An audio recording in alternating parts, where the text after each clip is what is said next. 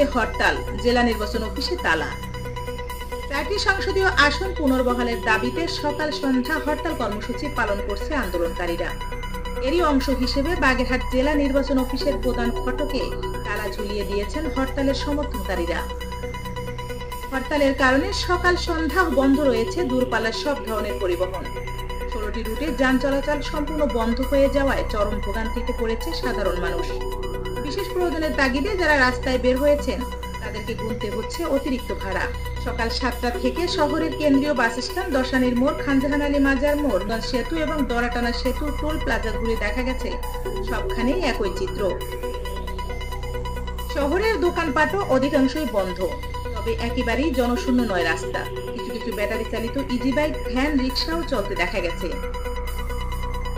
অন্যদিকে জেলা নির্বাচন অফিস, জেলা প্রশাসনের কার্যালয় ও জজ আদালতের নিরাপত্তায় আইন শৃঙ্খলা বাহিনীর কড়া উপস্থিতি লক্ষ্য করা গেছে।